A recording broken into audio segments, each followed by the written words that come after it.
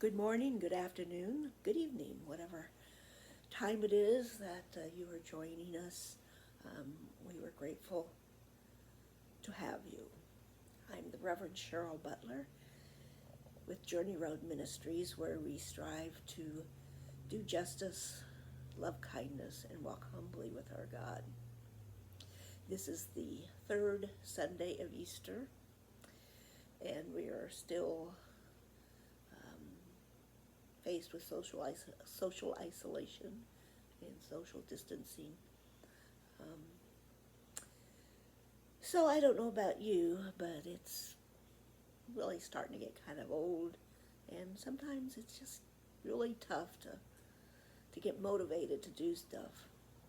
And I confess I'm not feeling really inspirational today, but sometimes we just have to keep trudging along. So I welcome you to spend some time with us today. Maybe a little bit of an escape. So we'll just start out this morning with a song.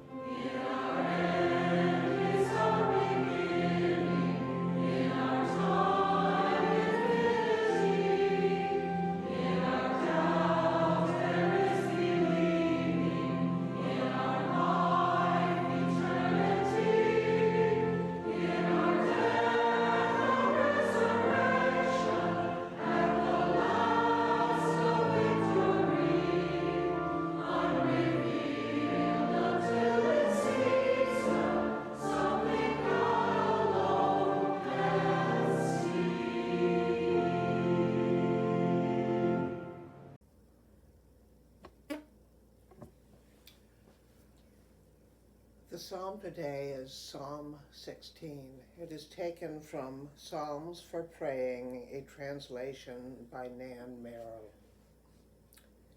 Remain ever before me, O living presence, for in you I am safe. You are my beloved. In you I can do all things. I look to those who are at one with you, and learn from them of your ways. My delight increases each time I sense your presence within me. Songs of praise well up from my heart. Love is my chosen food, my cup, holding me in its power. Where I have come from, where'er I shall go, love is my birthright, my true estate. I bless the counselor who guides my way. In the night also does my heart instruct me. I walk beside the Spirit of truth. I celebrate the light. Thus my heart is glad and my soul rejoices. I shall not be afraid, nor fall into the pit of despair. In love's presence there is fullness of joy. You are my beloved. In you will I live.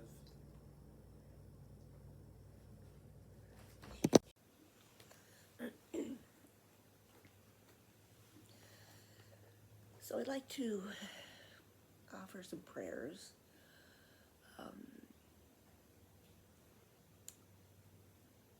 Mindful that there is a God that has a plan,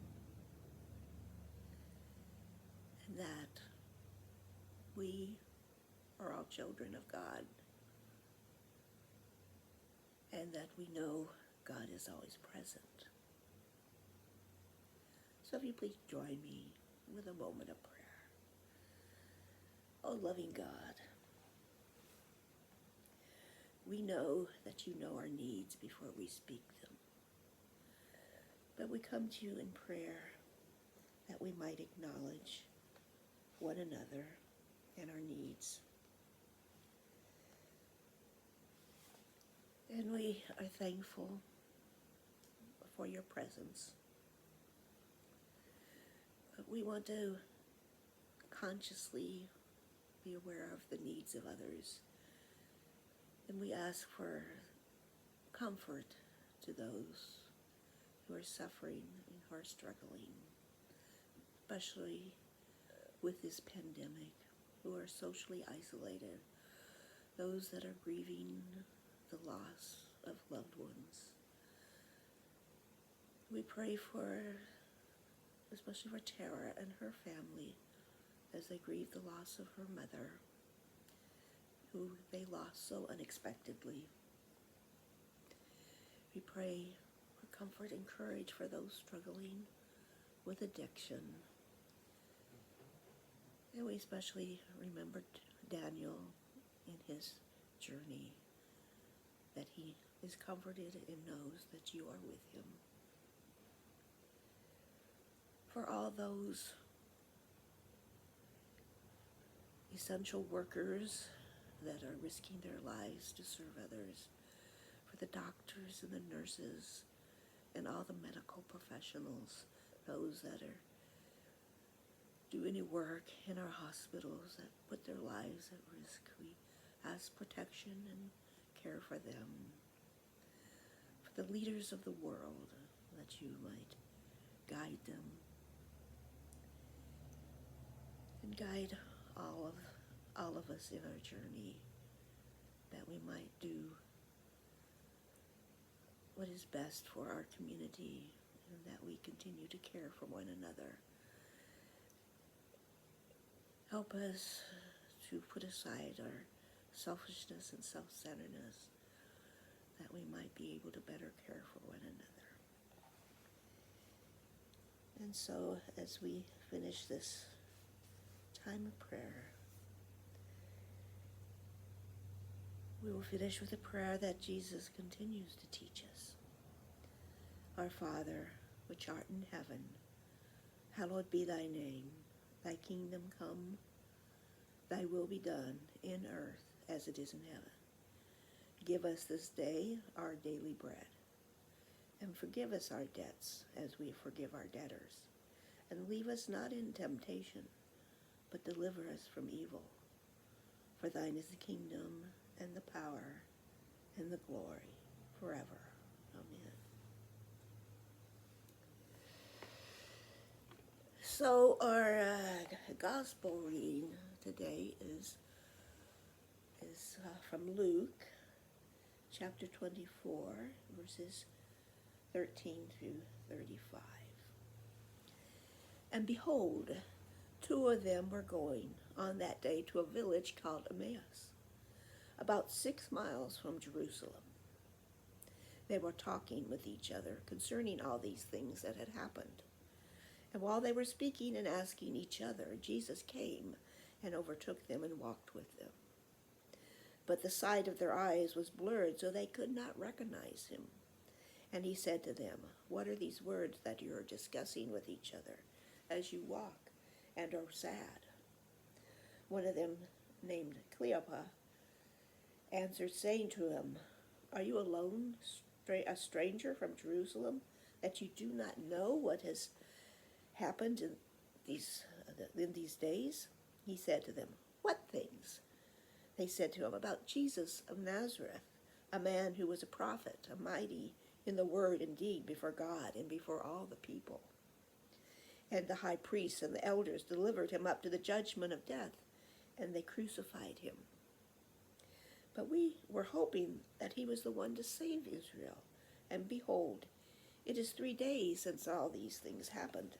And some of our women also amazed us, for they went early to the tomb, and when his body was not found, they came and said to us, 'We saw angels there.' And they said that he is alive. And some of our men also went to the tomb, and they found it as the women had said, and they did not see him." Then Jesus to them, "O dull-minded and heavy-hearted, slow to believe all the prophets have spoken, did not Christ have to suffer all these things in order to enter into his glory?" And he began from Moses and from all the prophets, and interpreted to them from all the scriptures concerning himself. And they drew near to the village to which they were going, and he made them think that he was going to a far place. But they urged him and said, "Remain with us, for the day is spent, and it is near dark." So he entered to stay with them. And it came to pass, as he sat at a table with them, he took bread and blessed it, and broke it, and gave it to them. And immediately the eyes were opened, and they recognized him, and he was taken away from them. And they said to one another, "Were not our minds dull within us when he spoke with us on the road and interpreted the scriptures to us?" And they rose up that very hour and returned to Jerusalem. And they found the 11 gathered together, and those who were with them, saying, "Truly the Lord has risen and has appeared to Simon." And they also reported those things that happened on the road, and how they knew him as he broke the bread. May God bless the reading and the hearing of the word. So if you are following along in your Bible and might have read differently, I wanted to say this is from the translation from George Lomsa from the Aramaic writing of the text. Historically, of course, we don't know who actually wrote these. The Gospel of Luke has been dated, I suppose, anywhere from early as 55 CE to as late as 80. And of course, George Lomsa questioned whether they were written in Greek. He posed that they are written in the Aramaic, which is the language that Jesus spoke, but I think most scholars believe it was actually written in the Greek. But regardless of when and what language they were written in, I mean, it's pretty amazing we still have these texts and that they have remained all these years.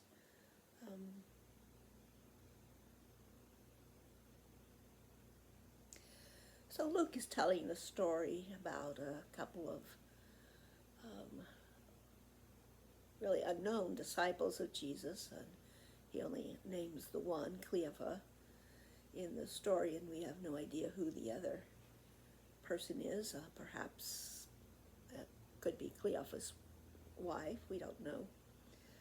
But they're just walking along the road to Emmaus when all of a sudden Jesus is there walking with them. And, they've been kind of talking about what's happening and with Jesus, and feeling very discouraged, I'm sure, and not sure what the future holds, feeling their great disappointment because they had such hopes that Jesus was the Messiah and was going to save Israel from the Roman oppression. So when the stranger starts walking with them, and they're like, couldn't believe there was somebody that hadn't heard. I mean, clearly this was a big deal. And so Jesus starts explaining the scriptures. I was just thinking how we are all on this journey, on this road to Emmaus. Um, that's why we have our ministry called Journey Road, because it is a journey. We're all on this road, a journey, a spiritual, we like to think a spiritual journey. There's a lot of questions, and perhaps we have a lot of expectations and hope about life. And I think particularly right now, we don't know. We just can't figure out why is this pandemic happening? Why has it created such a difficulty in life? Makes it sometimes really difficult to have any hope for the future. Thinking of the disciples at this point and the fear that most likely they were living in, because they didn't know whether, the Romans were going to arrest them, and their lives were clearly in danger. And that's kind of the way we feel, if, that being afraid to go out because of the pandemic. Likewise, his disciples were afraid of going out, of being caught by the Romans. So here they are in this conversation, walking along the road.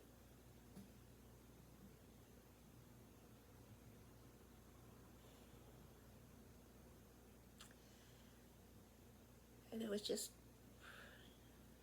so much in the ordinary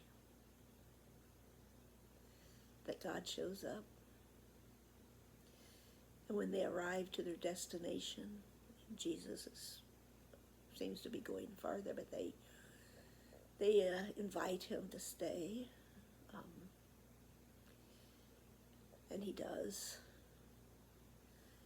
And it is in the breaking of the bread. It is in the ordinary act of hospitality, in the breaking of the bread, that they realize, oh, this is Jesus.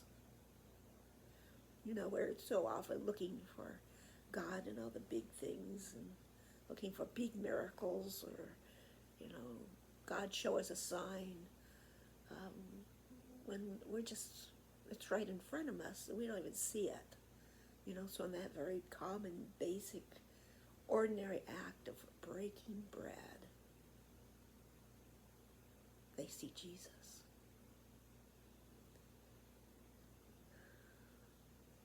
And wasn't that what Jesus was saying that last night when he was there with his disciples in that room, and he broke the bread, telling them that this is my body broken for you.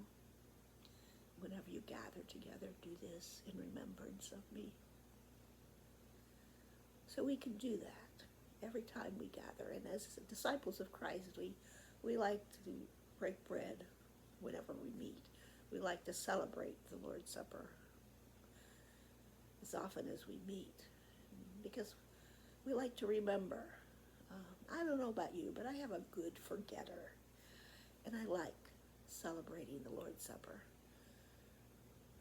every time we gather for worship, because it helps me to remember, And it's not, that supper isn't about whether I'm good enough, whether I've been a good Christian. And so if I think I haven't been a good Christian, I can't partake of the meal. No, this is Jesus offering us this bread. It is Jesus that opens the table to everyone. So in the Disciples of Christ, as a denomination, we welcome everyone to this table, and you're welcome.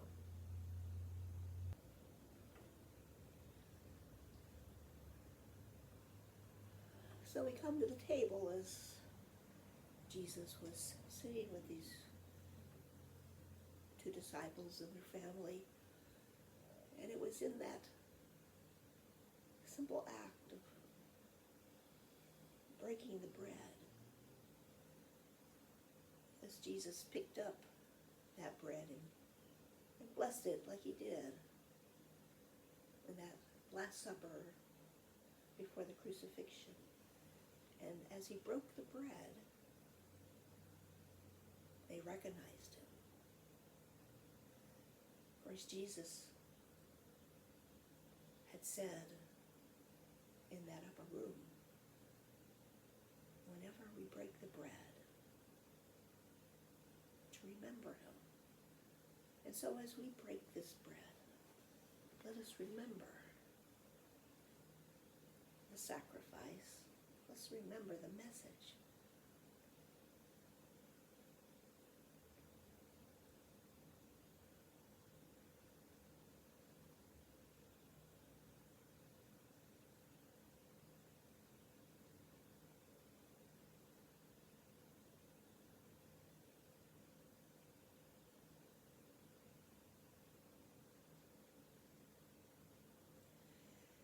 And it was in the breaking of the bread that they were able to recognize Jesus. And so as we come to this table and remember that this really is God's table and everyone is welcome to this ordinary table where we break this ordinary bread, this ordinary wine, that in remembering they become extraordinary. And in remembering we find hope as Jesus broke the bread.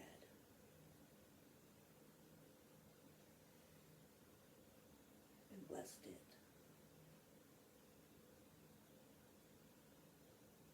And we remember. And in the same way, he took the cup and blessed it. And so when this is the cup of the new covenant, whenever you drink of the cup, remember me. And so all are invited this table. So I invite you to take your elements and to partake the bread of life for you, and also the cup of hope. So one thing I would like to share as we're talking about this journey,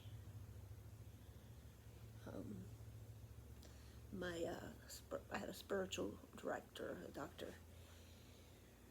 M.R. Ridley, who passed away several years ago, but she was an Episcopal priest and also had been a master Sufi. And she always had a story to share. So I would like to leave you with this story. The first one she shared with me when she became my spiritual director. It's on following the way. This is the lesson on following the way. Remember it. How do you follow the way? Go where you are sent. Wait until you are shown what to do.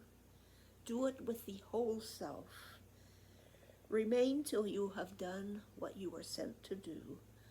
Walk away with empty hands. How much will it cost? The cost is everything.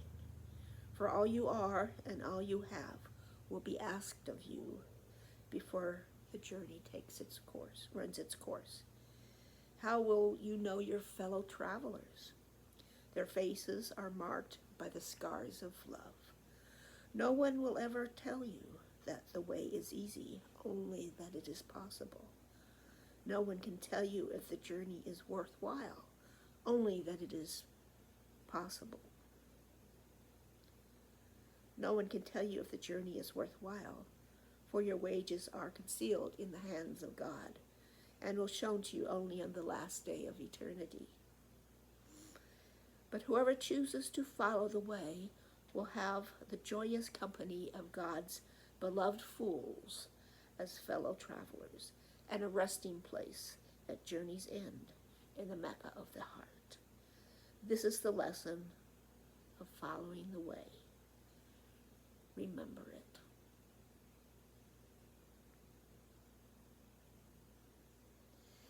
And as Christians, we remember the way in the breaking of the bread that reminds us of the life of Jesus and his teachings and his sacrifice. And it helps us remember that we are to be the hands and feet and voice of Jesus in the world. Let us always remember that we are the light of the world. And may we always act in this remembrance, that we may always act as the light of God in the world. And as our one hymn says, they will know we are Christians by our love. Is that a reflection of your life? As God's blessing on this day and for the rest of this week, may you go in peace.